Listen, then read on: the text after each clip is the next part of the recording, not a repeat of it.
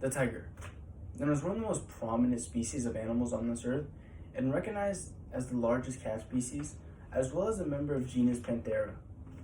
Recognizable for their dark black stripes over orange fur transitioning into their white bellies, these massive creatures, while a true beauty to admire in the wild, have become a main attraction for private use within recent decades. When you truly think about how these beasts thrive in the wild, there's not one reason you could tell me why they should be spending the entirety of their life in captivity. The consistent need for human entertainment has driven private organizations to break up tiger families and interrupt the circle of life. Possibly the most important reason why these tigers should not be held in captivity is because of the fact that they are still dangerous animals. Once in captivity, tigers should not be imprisoned in minuscule cages and should be given the option to roam freely. In the business of private zooing, the first steps taken in damaging tiger cubs is ripping them from their mothers. It is known that when tiger cubs are born with their eyes closed, so they rely on their mothers to do nearly everything in their times of infancy. In the wild, tiger cubs stay with their protective mothers for nearly 2.5 years.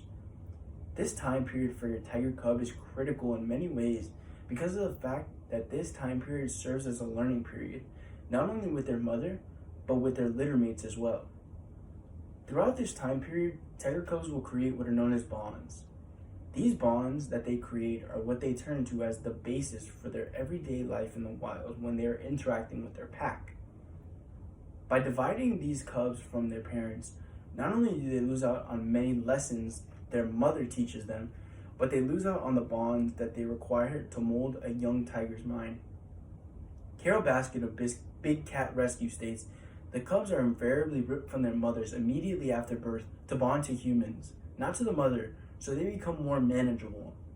This statement shows us that by ripping these cubs from their home, they intend on reprogramming the cub to move, act, and think the way in which the handler wants them to think, not the way in which the tiger intends to think.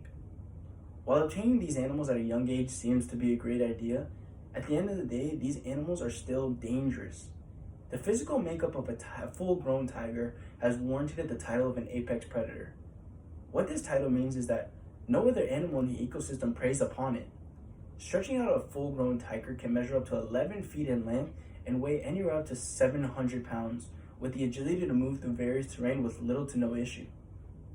These big cats also possess a jaw that holds 30 custom-built teeth that are designed for gripping and tearing. Along with the weapons in their mouth, tigers also possess claws on all 4 feet which can grow up to 4 inches in length and are razor sharp. Aside from the fact that these animals are a design killing machine, the thing that truly makes a tiger so dangerous is that they are not always afraid of us humans and can seriously injure us in a matter of minutes. The main problem that arises amongst many concerned activists is the actual living space in which these massive animals inhabit. Tigers are rather curious cats that enjoy exploring, and having them imprisoned in a cage is the total opposite of their intended purpose for being on this earth. The main reason that a tiger travels is the search for food.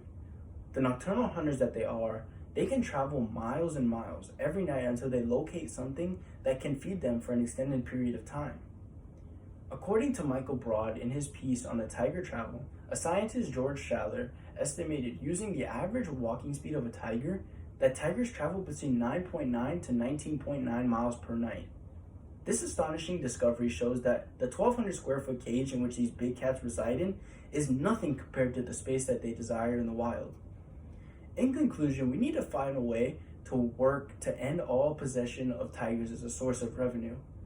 By boycotting privately owned zoos and supporting big cat sanctuaries, we can rescue and save these gorgeous creatures from another day of misery.